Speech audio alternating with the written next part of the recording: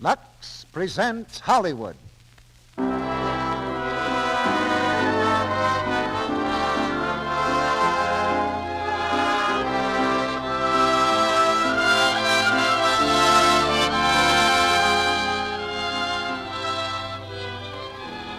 The Lux Radio Theater brings you Kay Francis and Warren William in My Bill. Ladies and gentlemen, your producer, Mr. Cecil B. DeMille.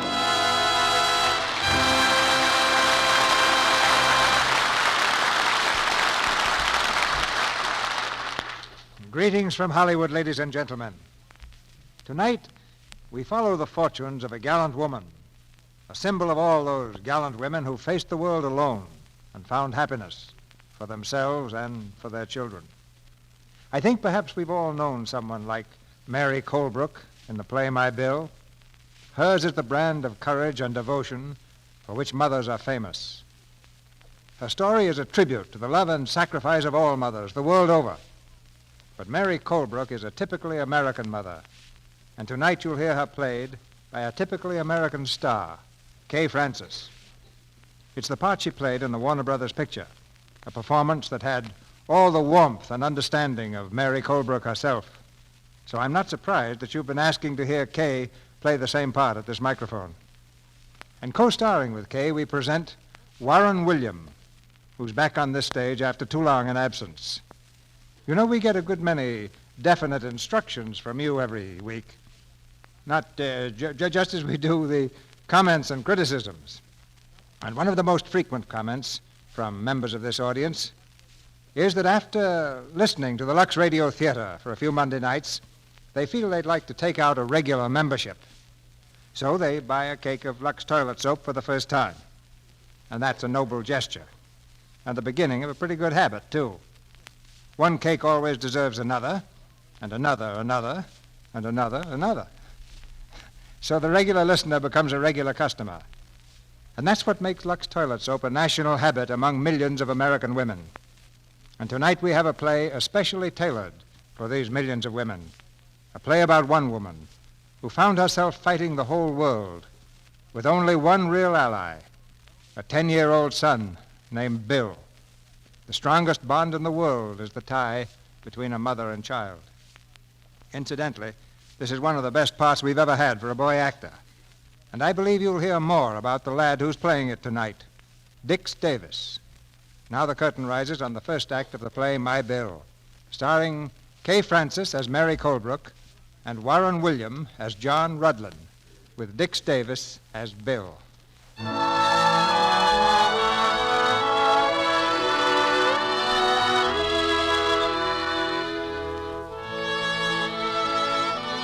In the quiet little town of Colebrook, Massachusetts, is a quiet street called Colebrook Avenue. There, in an old frame house, simple and dignified, live the Colbrooks, for whose ancestors the town was named. There are 5 in the family. Mary Colbrook, a young widow, Reginald, age 18, Muriel, 16, Gwen, 12, and Bill, 10. Muriel, 16, is on the telephone, engaged in a long-winded conversation. Well, I don't know, Lynn. Gwen, will you soft pedal that? Hello, Lynn. I'll have to talk to Mother. What? Mother, postman. I'll get it, Gwen. You keep on practicing. Wait a minute, Lynn. Here she is now. Mother, Lynn wants to know if I can go to his sister's party tomorrow night. Why, of course, dear. But I can't go if I don't get that new dress. Miss Colbrook, the butcher's in the kitchen. He says he wants to see you. All right, Beulah.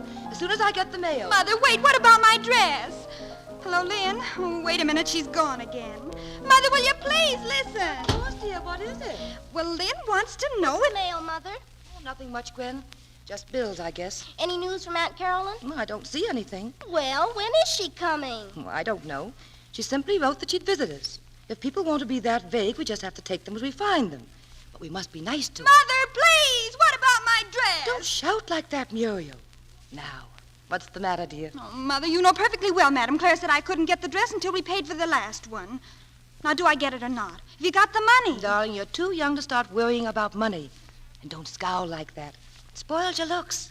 The butcher's in a hurry, Miss Colbrook. Oh, dear, the butcher. All right, Beulah, coming. Hello, Lynn.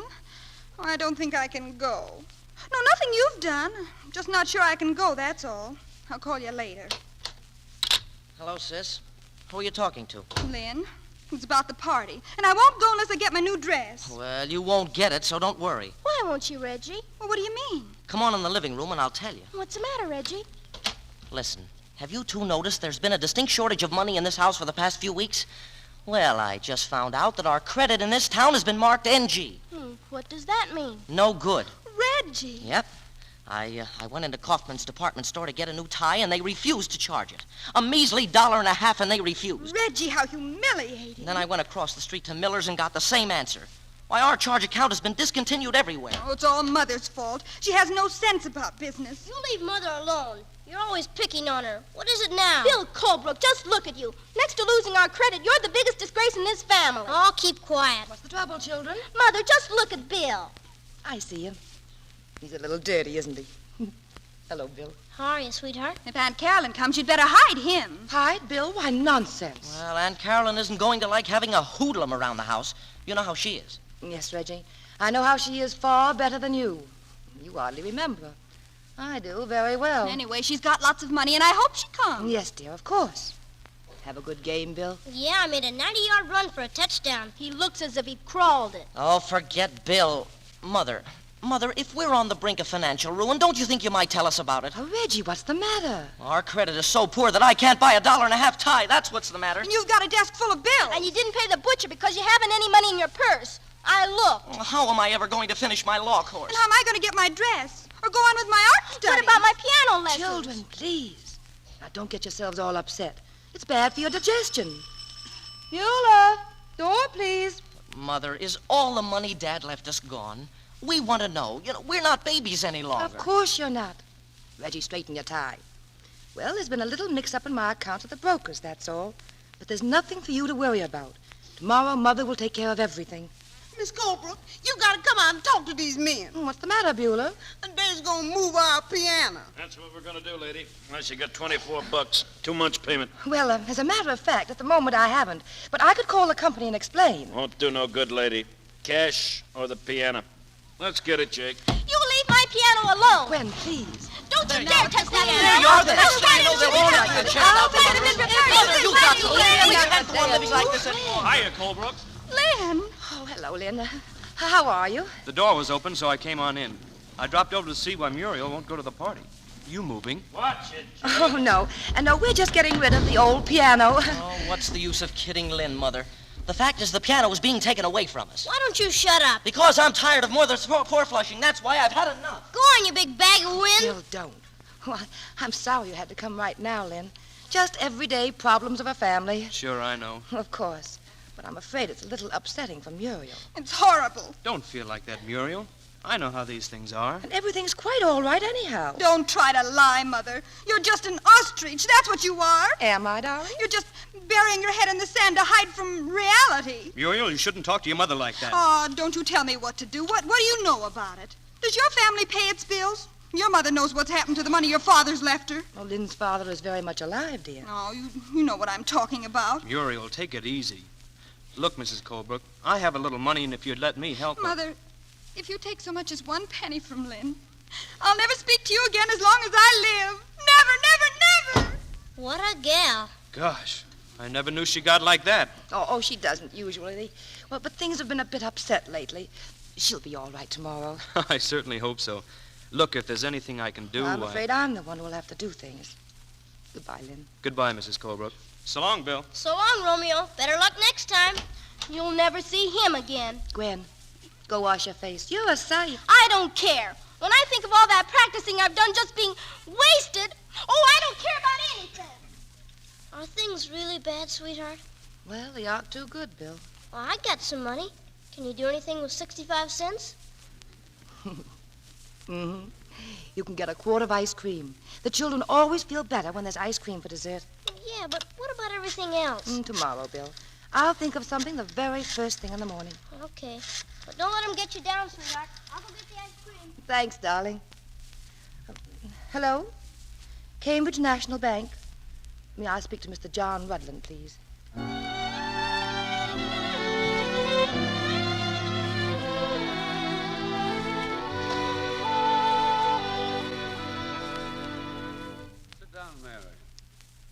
Well, it took you an awfully long time before you decided to come to see me. Yes, John. And I know I shouldn't have. I hope you'll never say that and really mean it. What can I do for you? Well, I need money. And I've nothing to offer as security. Yes, I know. Well, how could you? It's my business. Bankers are supposed to know about those things. Why didn't you come before? Oh, pride, I suppose. A woman hates to admit that she's a bad businessman. Is that the only reason? Well, no. You see, every time I decide to come, I'd remember how jealous Robert used to be of you. That was a long time ago, Mary. Yes? Yes, Robert's been dead almost 9 years. It's hard to believe sometimes. Doesn't seem that long. It seems longer to me. John, please. Mary, you're a strange person. You've been hiding away up there in that house all this time. Never going anywhere, never seeing anyone. What are you getting out of life? I have 4 children. They've been my life, John. And they've kept me pretty busy. I imagine so. Well, how much money do you need?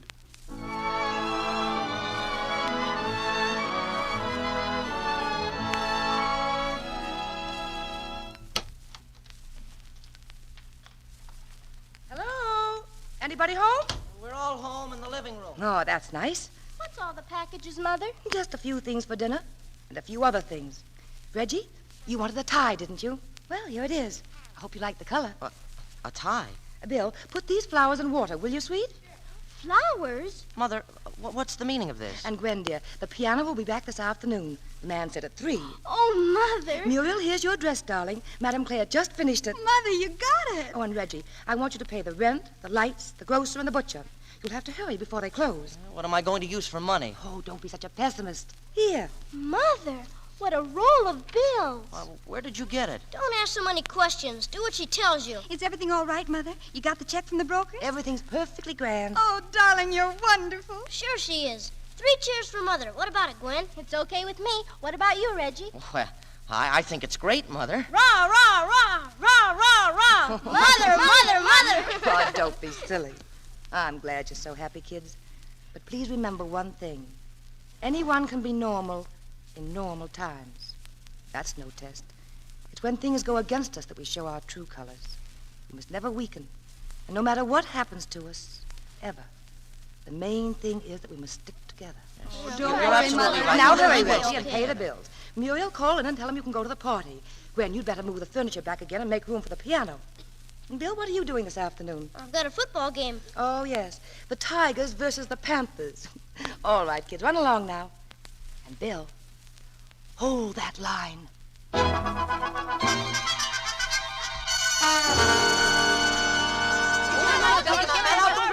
All right, signal 62, 78, 23, hike. Kick it, Bill, kick it.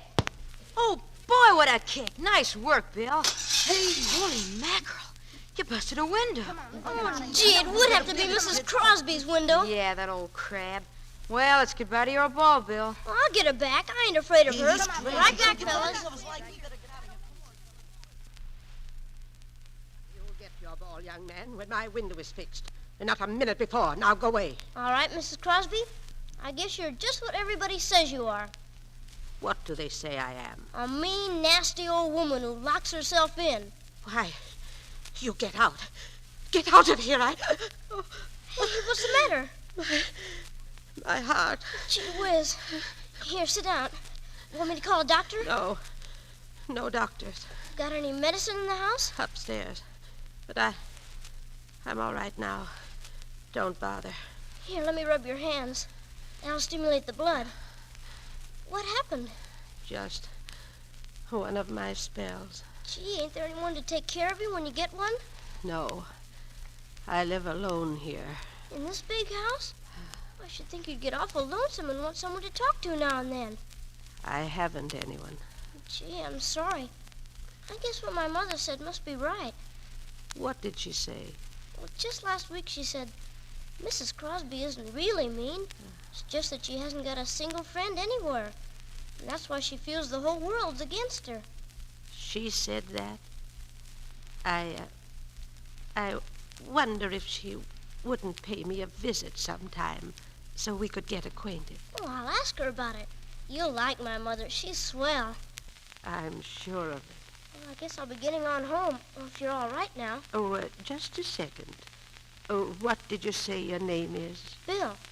Well, Bill, before you go, you better get your football. Gee, thanks, Mrs. Crosby.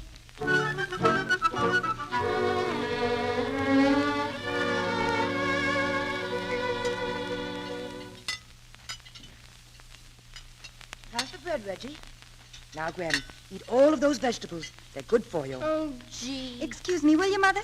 Muriel, sit down. Where are you going? Mother, I'm late. Lynn will be here soon, and I've got to do my nails yet and get dressed. You sit right down and finish your dinner. Then we'll just have to wait. Oh, Mother. Oh, you look lovely tonight, darling. Your eyes shine like electric light bulbs. Oh, yes, Reggie, did you pay the light bill? Yes, I went right to the main office. Mother, I've been trying to find out where you got all that money. You didn't... Hiya, kids. Hiya, sweetheart. Oh, Bill, you're late for dinner again. Everything's stone cold. Oh, that's all right, sweetheart. Think nothing of it. Where were you anyway? I was having a little talk with Mrs. Crosby. Mrs. Crosby? That old crank? You don't know anything about her, so keep quiet. Sit down and eat, Bill. Mother, I still want to know where you got them. Oh, Gwen, I've been meaning to ask you. Did you notice if they brought back the same piano? It's the same one. But how do you know, dear? I wouldn't want to get an older one or anything. The middle C is flat. Yeah, that's ours, all right. Mother, will you listen? Have some peas, Bill. Thanks. Mother, please. You've been stalling all through dinner, but I think it's time you answered my question. Why, what question was that, dear? Oh, you know what I mean. Where did you get all that money yesterday? Yeah, she never did tell us, Mother. As long as she got it, that's the important thing. Mother, I insist upon knowing. Of course, Reggie. I got it at the bank. How? How does anyone get money from a bank? Thank you, Bill. That's right. I just asked them for money, and they gave me a note. You see, Reggie, you were worried for no reason at all. Oh, now who can that be? I bet it's Lynn. Maybe it's Aunt Carolyn. I'll answer it.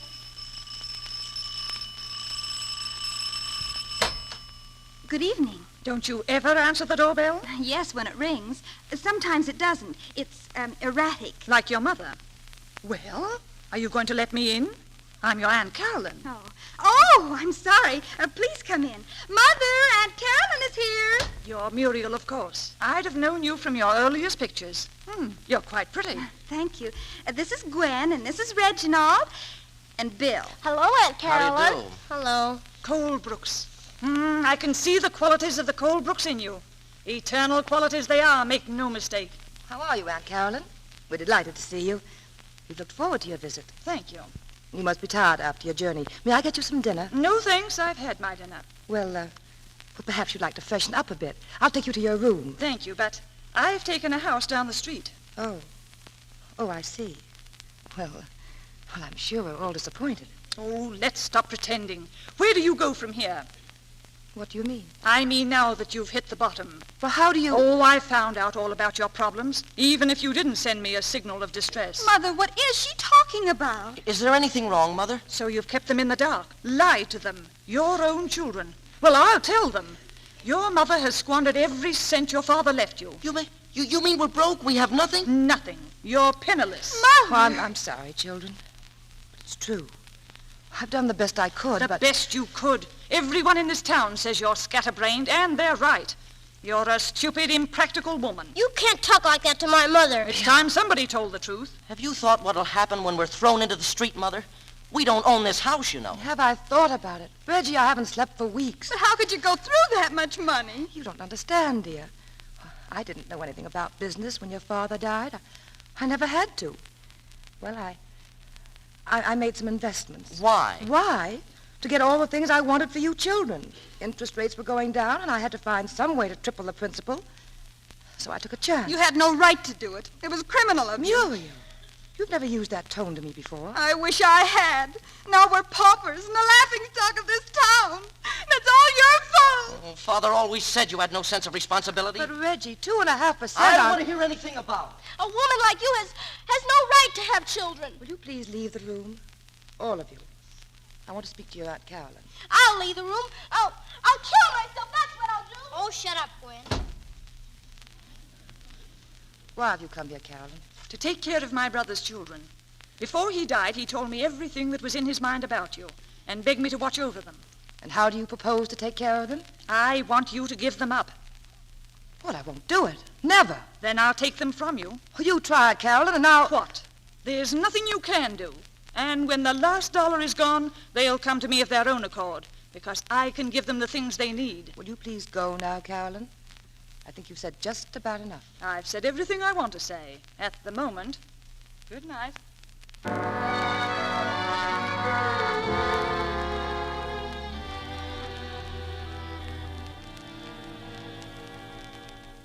do I put these packages, sweetheart? On the table.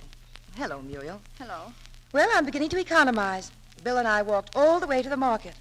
How much did we save on the vegetables, Bill? You said a dime. That's right. Mother, I want to know something.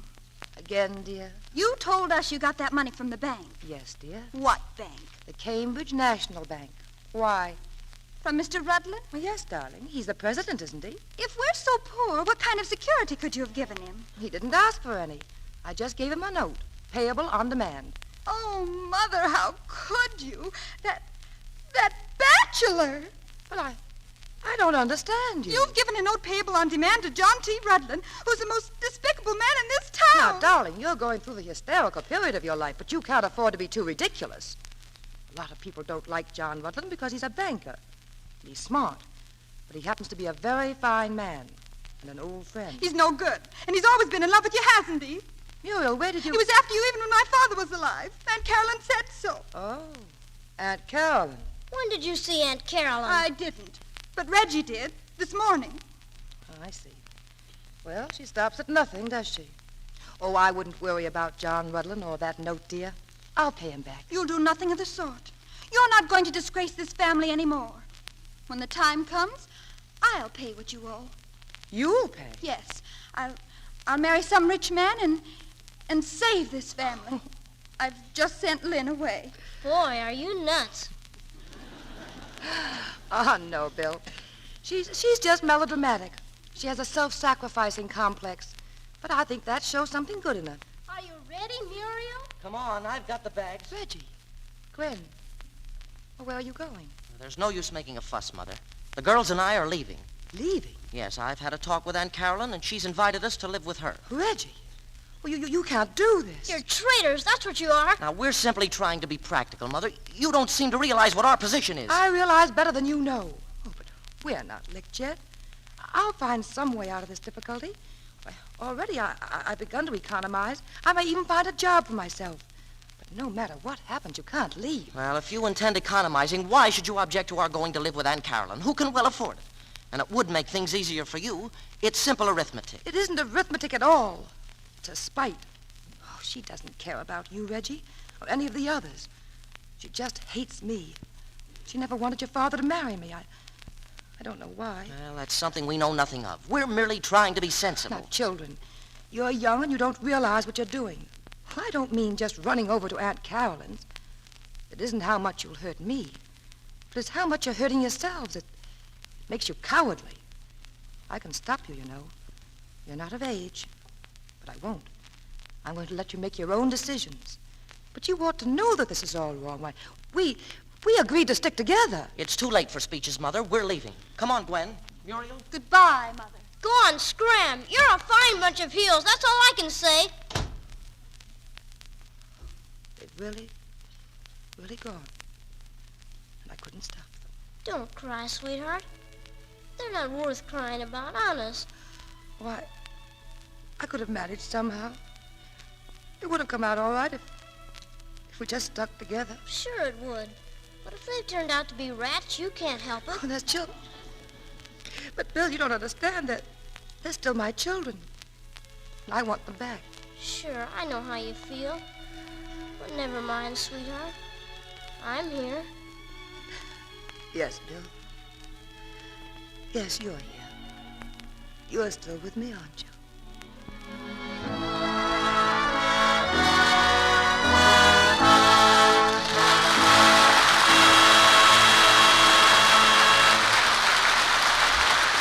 In just a moment, Mr. DeMille presents our stars, Kay Francis and Warren William, in the second act of My Bill.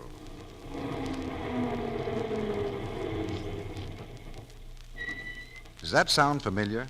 A crowded bus is stopping to take on a passenger. It's Mrs. Randall, all tired out from a hard day shopping. Goodness, I wish these buses wouldn't start till a person's had a chance to get her fare out. Oh, wait, driver, I'm caught in the door. There, that finishes the feather on my hat. Took the top right off, I'll bet. Phew. It's good to get a seat, even if you are practically shoved into it. I'm so tired, I almost wish the Johnsons weren't coming over tonight. Glad I've got this new dress, though. Hope Jim will like it. I wish I was home. I can't wait to get into a good, warm Lux soap bath. It'll make a new woman of me. Mrs. Randall has the right idea. After that Lux toilet soap beauty bath, she will feel like a new woman, rested and wonderfully refreshed. And here's the important thing. She'll be confident of the charm she knows is most important of all, the charm of perfect, exquisite daintiness. You see, Lux soap has active lather that carries away perspiration and every trace of dust and dirt. It leaves skin really fresh, sweet, and its delicate perfume is so refreshing. And 10 to 1, when Mrs. Randall slips on that new dress of hers this evening, she'll say to herself, I feel so fresh after that lovely Lux soap bath. It's really wonderful. yes, fastidious women love the way a Lux toilet soap beauty bath makes daintiness sure. Why don't you use white, fragrant Lux toilet soap for a daily beauty bath? It's such a luxurious soap, and it costs so little. We pause now for station identification. This is the Columbia Broadcasting System.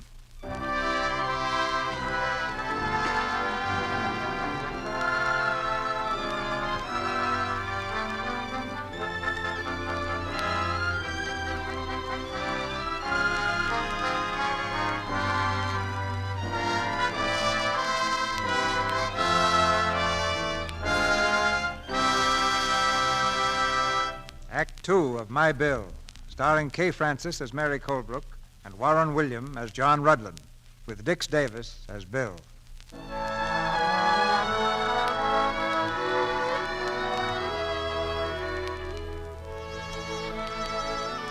It's a lonely place now, the little house on Colebrook Avenue.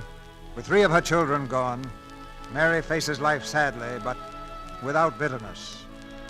Young Bill is concerned chiefly with the financial problems involved. With this in mind, he's gone to visit his young friend, his new friend, Mrs. Crosby. Well, Bill, I'm glad you came over. I just wanted to see how you were, Mrs. Crosby.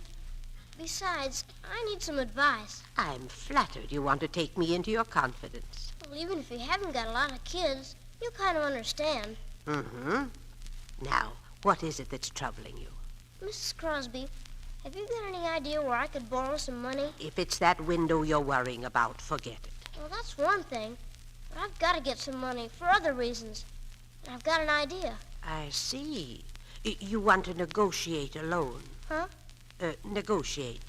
That means talk it over, put it through. Oh, yeah. But not from you, Mrs. Crosby. I wouldn't use our friendship for that. No, ma'am, this is strictly business. Well, then, I suggest you go down to the Cambridge National Bank and see John Rudland. I heard things about him, Mrs. Crosby. You sure he's all right? Of course he is. He's a fine man. But don't tell him I said so. But you just talk with him. I'm sure you can work out something. Take a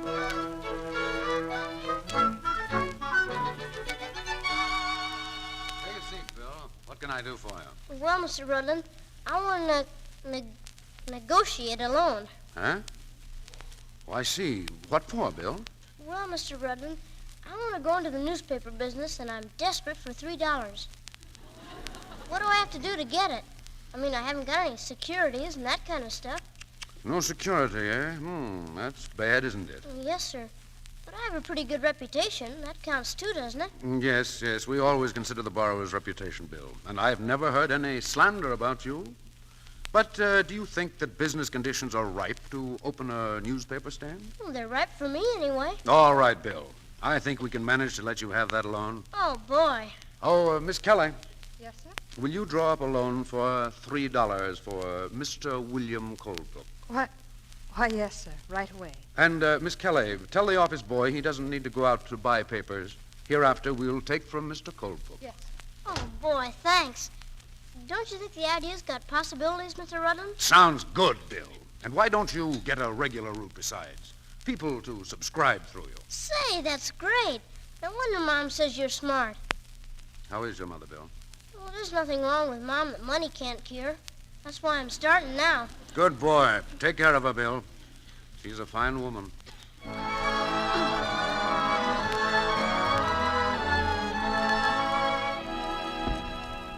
Want me to start serving dinner, Miss Colbrook? I suppose you might as well, Beulah. I guess they aren't coming. Yes, sir. Oh, I was so sure they'd be back for dinner, Bill. I couldn't believe they meant it. Well, I can't see why you want to be sad about losing 3 palookas like them. Oh, maybe it's not altogether their fault, Bill. Maybe I've trained them badly. I've always allowed them to be completely free about everything. They think I've done wrong. And I suppose they feel justified in leaving, especially with all Aunt Carolyn can offer them. Look, sweetheart, did you ever have a talk with Mr. Rudland before he made those bum investments? No, I didn't. I wish you had. He seems like an awful nice guy to me. What do you know about him? Well, I'll tell you. I figured that since we were broke, I ought to get busy and make some money. So I decided to go into the newspaper business. I went down to borrow some money from him. You borrowed money from Mr. Rudland? Well, I'll pay him back. I only got $3. But, Bill, how did you happen to go to him? Well, Mrs. Crosby recommended him. You know, I told you I was over the other day, and we've kind of got to be good friends. Bill, you certainly get to the strangest places. Well, Mrs. Crosby's all right. She wants you to come over and visit her sometime. Yes, I will. But not now. I've got too much on my mind. Yeah, I guess so. Oh, I don't know which way to turn, Bill. No? Well, I don't want to be telling you what to do, sweetheart. But I think the first thing you ought to do is look for a job. Bill, I think you've got something there.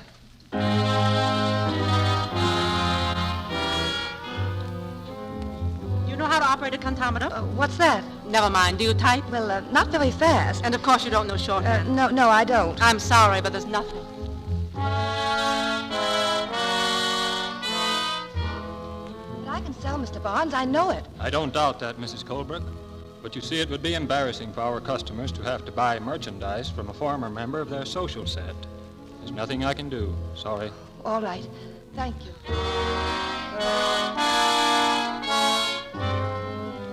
Well, there might be something open, Mrs. Colbrook, but in our business one has to be able to make friends. Do you think you could do that? Oh, certainly. I don't have any trouble making friends. Well, if you're sure about that, I think we might get along together very well. Don't you think so? Oh, no, I don't. Good afternoon.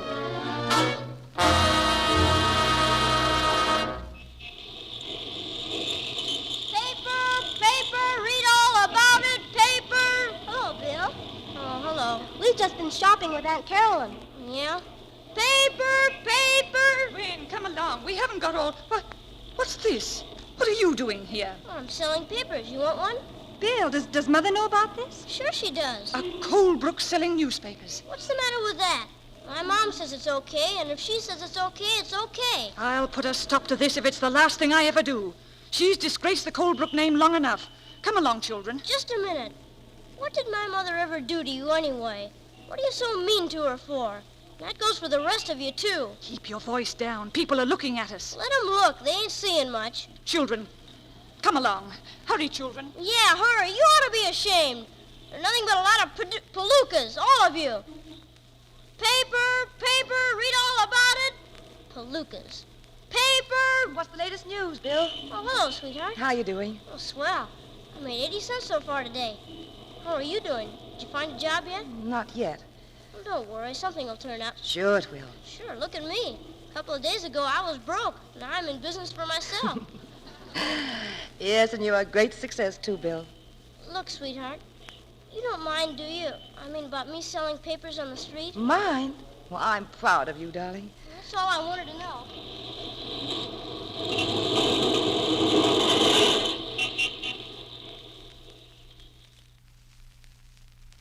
I don't understand, Carolyn. Why must I leave this house? Because I've taken a lease on this property, and you're a month behind in your rent. You'll vacate this house by the end of the week, and as soon as you do, I shall bring the children back to their home. You're doing this deliberately, Carolyn. Oh, why do you hate me so much? What have I ever done to you? I'm trying to protect the Colbrook name. You've gone through a fortune and left your children no alternative but one of charity, and now you allow William to make a spectacle of himself selling papers in the streets. You have no consideration for family pride or your children. You're a disgrace to them. Is that the way they feel about it? They do. And the sooner you and Bill leave town, the better it will be for all concerned.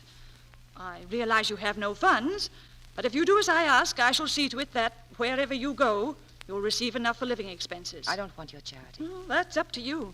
Good day. Is that Aunt Carolyn, sweetheart? What's she want now? Bill, we're leaving here. Huh? What for? Well, Aunt Carolyn has taken a lease on this house and wants us to get out. Giving us the needle again, huh? Well, we can find another place. No, Bill. We're leaving Colbrook. What? Just because she wants to get rid of us? Well, it's the children, too. They're ashamed of us. Me being broke and you selling papers. Well, where do you want to go, sweetheart? New York. I've got just enough to get us there and take care of us until I can get a job. Couldn't find anything here? No. Oh, besides, Bill, the whole town knows about my children leaving me, and I've got to get away. Okay, if that's the way you feel about it. There's a train for New York in a few hours. Will you be ready? All right, I guess I can sell newspapers there, too. I'm sure you can. All right, I'd like to say goodbye to old Mrs. Crosby. Can I? Well, of course, dear. I'll pack your things for you. Mrs.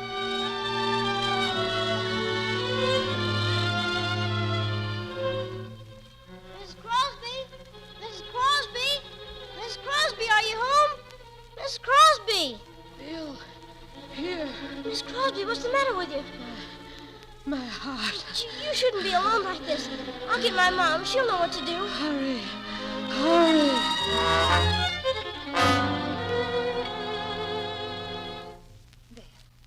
There you are. You just lie there and rest, Mrs. Crosby. You feeling any better now? Thank you. I knew Bill's mother would be like this. It was nice of you to come. You sure had me scared, Mrs. Crosby. I'll be all right now. Of course you will. The doctor will be here any minute. No doctor can give me a new heart. No, but he can help. You'll see. I don't want to rush you, Miss Colbrook, but if you're going to catch that train, you better get started. Yes, Beulah. Are you going away? Yes, Bill and I are leaving town tonight. I was packing when he called me. Yeah, that's what I came over to tell you, Mrs. Crosby. We've been put out of our house. But I thought your aunt rented the house. And that's just it. But how did you know? Oh, I heard about it. It's getting late, Miss Colbrook. You better hurry. All right, Beulah. Wait a minute. What are you and Bill going to do? Look, Mrs. Crosby, you're sick, and it seems to me that Sweetheart and I ought to stay here with you until you feel better. What do you think? I wish you would. Oh, Bill, we can't do that. Why not? Besides, if you leave now, the kids are likely to think you're just running away and don't care about them. We just can't leave Mrs. Crosby like this. Please stay. You'd make me very happy. But Mrs. Crosby... Please. All right. We'll stay. Bill, did you have this all figured out? Is that why you came over here tonight instead of going to your room and packing your things? Honest, sweetheart, there are times when I think you don't understand me.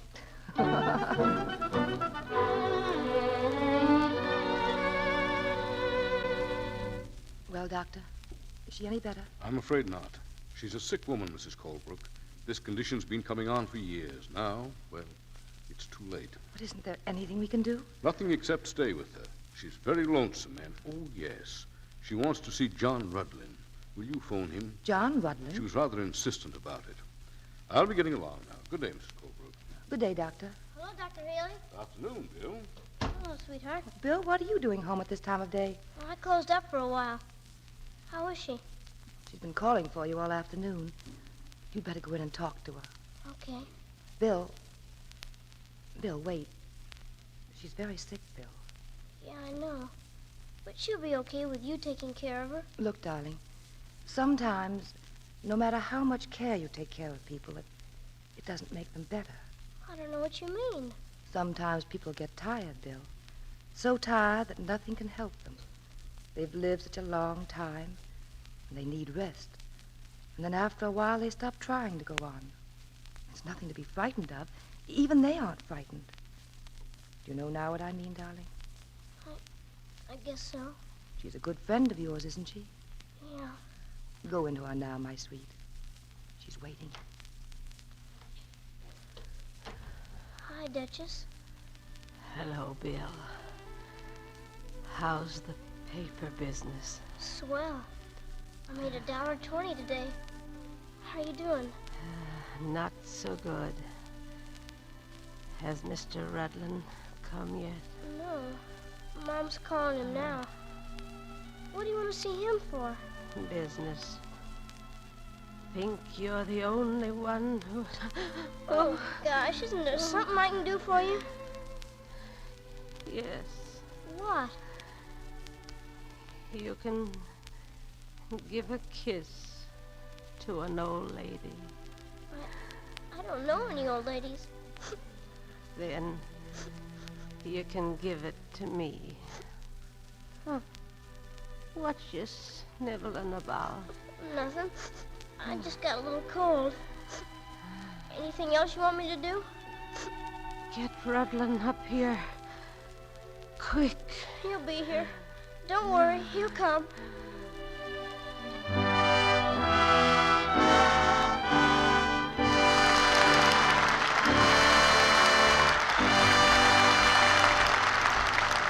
After a short intermission, Mr. DeMille and our stars, Kay Francis and Warren William, will return in Act 3 of My Bill. Well, tonight we have our Hollywood fashion reporter, Libby Collins, with us. Say, Libby, that's a very interesting little business you've got on your head. Is interesting the best you can say for it, Mr. Ruick? Well, honest, Libby, it looks good. But say, isn't that hat kind of different from what you girls have been wearing? I mean, softer and not so crazy, if you don't mind my saying so. More feminine. I'm glad you approve, Mr. Ruick. I found out long ago if it's men you're trying to please, a little straw hat with violets and roses on the brim will do the trick. Mr. Ruick, hats are going to be really adorable this spring. But here's an advance tip I'd like to give the girls who'll be wearing them. You mean not to be carried away and buy too many, Libby? No woman can have too many hats. But seriously, Mr. Ruick, it's what's under the hat that I want to talk about. For that freshest springtime look, now is the time to begin regular, thorough complexion care. Then, when a girl purchases what you call one of these little businesses on the top of her curls, she's much more likely to be glad of what she sees in the mirror. Libby, isn't that where the Lux toilet soap comes in? It certainly is, Mr. Ruick. A few minutes, once or twice a day, devoted to Lux Soap Active Lather Care is a grand investment. I'm a busy person, so I don't have much time, but I can take an active lather facial in almost no time at all. It certainly does the trick. Libby, will you tell us how you take your Lux Soap facial? It's very simple. I just pat the nice, rich Lux lather lightly into my skin, rinse with warm water, then cool and pat my face dry. Active lather really removes dust and dirt and stale cosmetics thoroughly. And here's the important thing. I take these Lux Soap facials regularly. Never neglect this care at bedtime, no matter how tired I am. You're a wise woman, Libby. And thanks for the tip. To the women in our audience, I say, won't you try these Lux Beauty facials for 30 days? Here in Hollywood, famous screen stars take them regularly. They say their skin feels so smooth and soft after a Lux facial. And looks so fresh, too. You'll be delighted with this gentle Lux care, they tell you. So why not get 3 cakes of Lux toilet soap tomorrow? Now, our producer, Mr. DeMille. The curtain rises on the third act of My Bill.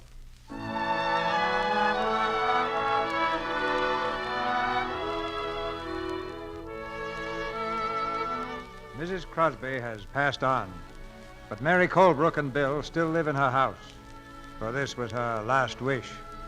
Meanwhile, Aunt Carolyn, established in the old Colbrook home, rules her charges with an iron hand. What did I tell you about leaving your things in the living room? Oh, I'm sorry, Aunt Carolyn. I was just going out. Where? Well, I had a date with Lynn. I thought you weren't going to see him anymore. Well, I thought it all over, and if it's all right with you... It's not all right with me. But... We'll discuss it later. Gwen, did you practice today? No, I don't feel much like playing. I didn't ask you that, my dear. Now, if you want to continue with your lessons, you'll have to make them worthwhile. Yes, Aunt Carolyn. Did you see this in the paper? It's about Mrs. Crosby's funeral. Who's Mrs. Crosby? Well, that's the lady Mother's been living with. Oh, I wonder what she'll do now. Well, they'll have to leave the house for one thing, I hope. Then they can leave town. Maybe she'll be able to borrow some more money. From whom? Well, I don't know. I asked you from whom, Gwen? Well, from Mr. Rudlin. Has she ever borrowed from him before? I think so. Then I suppose she'll do it again. What do you mean? Stripes on the zebra. You can't change them. Well, I'm going up to bed. It might be a good idea if you all go to bed early for a change. Good night. Good night, Aunt Carolyn. I'm getting tired of being bossed by her. So am I. What right has she got to tell me when to practice? What right is she to tell me I can't see Lynn? Yes, and I think she's gone a little too far with Mother, too. Forcing her out of this house. Well, I never expected her to do that. If you ask me, it was pretty low down mean. I saw Bill on the street today. He said that Mr. Rutland was going to let them stay at Mrs. Crosby's place until the estate was settled. Yes, but what then? Afterwards, I mean. Well, I don't know. Something ought to be done. Something will be done, only I don't want John Rutland mixed up in it.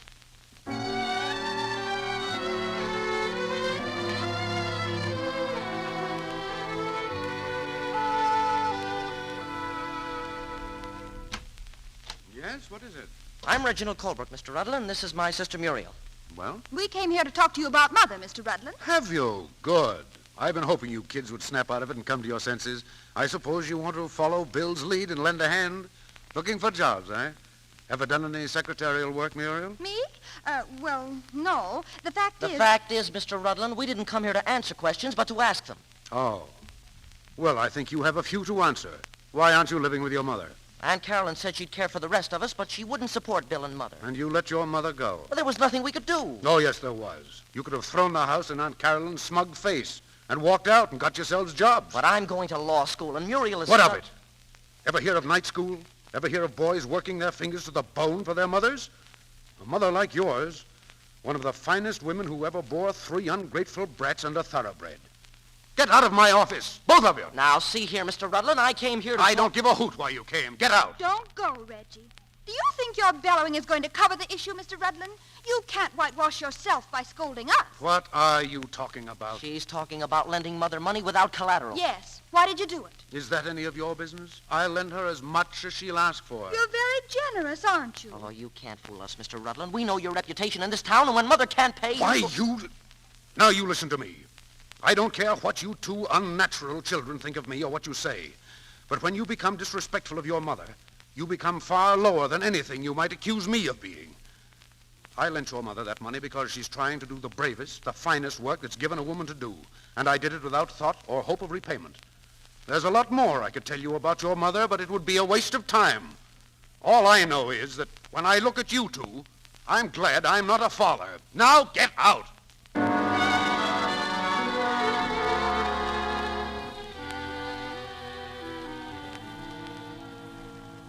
Sit down, Bill. Well, I can't stay, Mr. Rutland.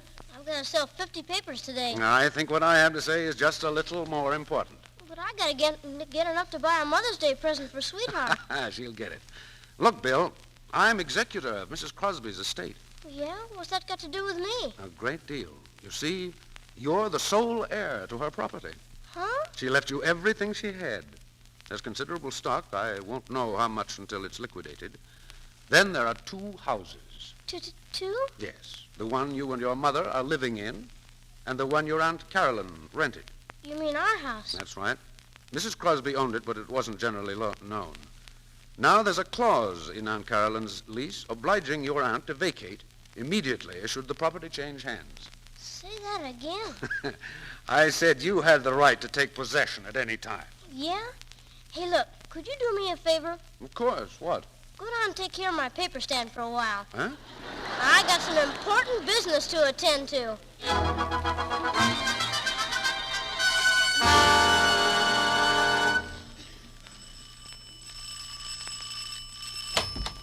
Took you long enough to answer that bell. I beg your pardon? Who are you? I'm the butler. Oh, yeah? Where are the others? Where's Aunt Carolyn? She's not at home. Well, that's swell. You can start packing because you're not at home either. What's that? That's right. You and Aunt Carolyn and anybody else that's around. This is my house, and I'm coming in, so get out of my way. Who is it, Jenner? It's me. Bill. Bill, for Pete's sake. Bill, where did you come from? What are you doing here, Bill? I'm taking over, that's what. This house belongs to me. What? You heard me. Mrs. Crosby owned this house, and she left it to me in her will. Are you joking? Do I look like I'm joking?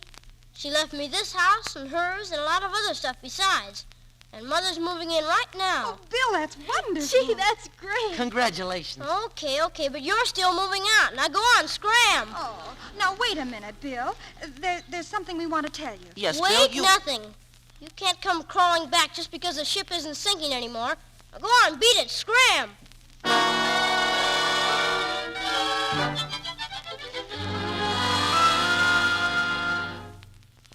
things be ready, Beulah? Oh, in just a few minutes. Everything's cooking, and I just finished fixing these flowers in the hall. Ain't they pretty, Mr. Bill? Mr. Bill, where do you get that stuff? I wonder who that is. If it's your Aunt Caroline, Bill, I hope you're going to let me be the one to throw her out. Nothing doing. I'm saving that pleasure for myself. Hello, Bill. Sweetheart. Hey, how'd you know I was here? I told her everything, Bill, I had to. You're not of age, you know. Oh, that's right. Well, you're a little early, but come on in. Where are the children? Children? Well... Oh, Bill, you didn't send them away. But isn't that what you wanted me to do? Of course not. Oh, look, Bill, this letter came this morning. Read it. Dear Mother, we've been fools. And no matter how poor you are, we want to be with you. Please answer. Your loving children, Reginald, Muriel, Gwen. Don't you see, Bill? They wanted to come back. And you really want them? Oh, of course I do. Okay, I just wanted to be sure they weren't lying to me about this letter. All right, Beulah, open up. Oh. There they are, sweetheart. Mother. Oh, it's good to be back with you, Mom. I miss you so much. Oh, to have you all together again. That dinner table in there looks like a party, Bill. You bet it's a party. We've got something to celebrate. You all can sit down now, because I'm going to start serving.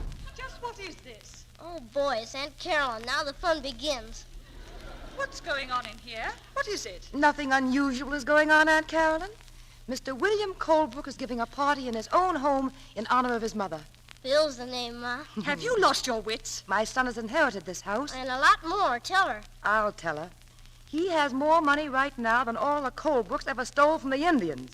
This house and Mrs. Crosby's house and securities. I'll find out about this. You won't have to go far, Miss Colbrook. I'm the executor of Mrs. Crosby's estate. And Mr. Colbrook here is now owner and completely in his rights. Who are you? Mrs. John Rudlin. Rudlin? Have you the audacity to bring him in this house? I have. Then you're more shameless than I thought. Robert's been dead for almost 9 years, Caroline. It's disgraceful. Goodness knows what went on when my brother was alive. Miss Colbrook, I think you ought to leave. Yeah, so do I. When I do go, these children will go with me. If their mother has no sense of decency, I have. Caroline, you're being ridiculous. Well, I'm sorry, Aunt Caroline, but we'd rather be with Mother. We've changed our mind. And don't you dare say anything about Mother. Thank you, children. But your Aunt Caroline has made some insinuations which ought to be cleared up. She has a narrow, warped mind, and I'm afraid she'd rather see evil than good in anything. Oh, I've tried never to speak badly of your father. But your Aunt Caroline forces me to tell you the truth. Atta girl, you tell him, sweetheart. I married your father because I've been brought up to believe that wealth and family were the most important things in life. But I learned that human kindness and sympathy were much more important. Your father didn't seem to feel that way. Oh, not that he was ever deliberately vicious or cruel. He was only indifferent to people's feelings. I believe his family would call it being strong-minded. My brother Robert Keep quiet, Caroline. I'm talking now. I suppose when the Colbrooks first settled here, they had to be hard and disciplined in order to survive. And that was the way he wanted to raise his children. I believed that kind of training was no longer necessary. But I told him so. Oh, we fought about it constantly. In time, we would have worked out our own problems, but his family wouldn't let us. They interfered at every turn. They hated me. They've always hated me. If you think I'm going to stand You here... keep quiet. Atta girl, sweetheart, go ahead. Just let me get my breath. You always told us Father was a swell guy. Well, I always wanted you to think so, Reggie. But it's too late now. I had known John Rudlin when I was a girl. He was a bank clerk then, and... Well, I made the mistake of marrying your father instead of him. But when he learned what I had to put up with, he came and begged to help me. Your father found out about it. Your Aunt Carol and the rest of the Colbrooks saw to that. They began to poison his mind against me. They accused me of every dreadful thing you could think of, even in public, till I thought I couldn't stand it any longer. But I knew they'd never let me have my children, so I put up with it.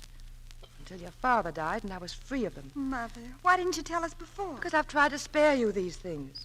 Well, even after your father's death, I refused to see John Rudlin because of any possibility of hurting you children. Not even for financial advice, and heaven knows I needed it. But from now on, it's going to be different. I told my brother that you were in love with this man. Yes. Yes, I've always loved John Rudlin. And I knew that he loved me. So now we're going to be married. Gee, that's swell, sweetheart. Oh, I'm so happy, Mother. I'm all for it, Mother. Disgraceful, that's what it is. Aunt Caroline, I'm sorry for you, because I suppose you can't help being a Colbrook. But my sorrow isn't great enough to prevent me from throwing you out of this house. Don't you push me, Mary Colbrook. Oh, gee, I wanted to put her out. Aunt Carolyn, there's the door. Stop it! And now, as Bill would say, Aunt Carolyn, scram. Well, I guess that's that. Well, now I think we can have our dinner. Dinner, sir. Mother, here's something we bought for you. Oh, flowers. 3 boxes of them. Oh, darlings, they're lovely. Thank you so much. I've got to start practicing again. Oh, gee whiz. Well, Bill, what's the matter? I wanted to get you a present, too. Bill, you've given me the greatest, biggest present of all. What about the house? Dinner, sir. Oh, no, I was going to get you a real present with the newspapers I sold. Oh, hey, I forgot. Mr. Rudden, what happened to my papers? I sold them. All of them? Every last one. Here you are. $2.20. Hey, wait a minute. There ought to be another dime there. Oh, look. Dinner, sir. Oh, that must be Lynn. By George, you're right. It was way down at the bottom of my pocket. Thanks. Say, maybe I'll take you in as a partner. How about it, sweetheart? I think it's a wonderful idea. Don't you, John? Marvelous. What is it, Muriel? Mother, can I go out to a dance with Lynn tomorrow? Mother, listen. Well, I think... what, Gwen? Beulah, the door! Mother, can I? Oh, it's fine. I mean, of course you can. Oh, isn't it just grand to be back to normal again?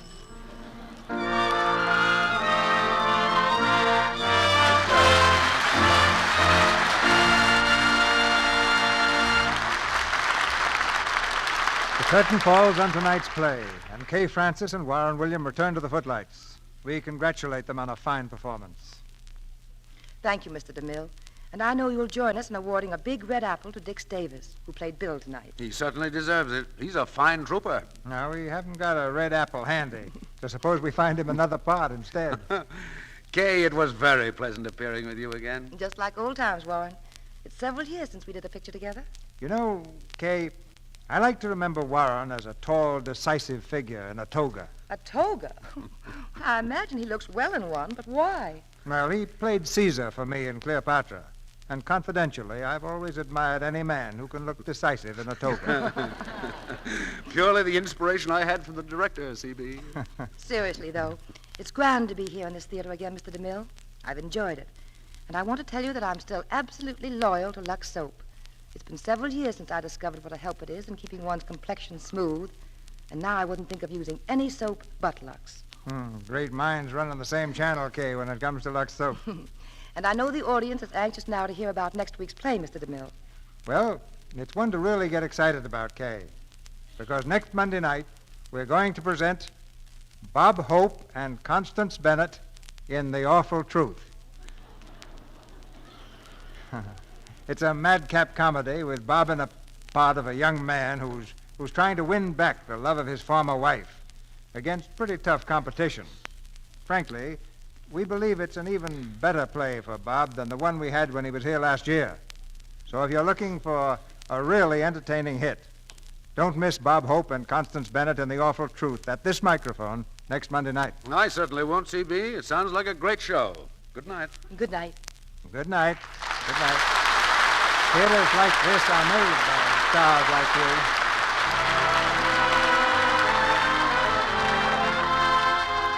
Our sponsors, the makers of Lux Toilet Soap, join me in inviting you to be with us again next Monday night when the Lux Radio Theater presents Bob Hope and Constance Bennett in The Awful Truth.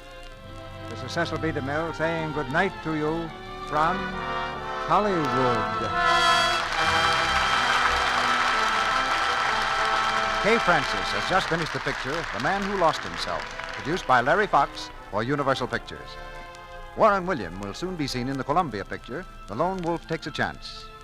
Heard in tonight's play were Dix Davis as Bill, Claire Videra as Aunt Caroline, Janet Waldo as Muriel, Sidney Miller as Reggie, Barbara Jean Wong as Gwen, Verna Felton as Mrs. Crosby, Edward Arnold Jr. as Lynn, Bernice Pilot as Beulah, Lou Merrill as truck driver, Ferdinand Munier as doctor, and Shirley Ward, Alaire Armstead, James Reed, and Tommy Lane. Our music is directed by Louis Silvers. And your announcer has been Melville Ruick. This is the Columbia Broadcasting System.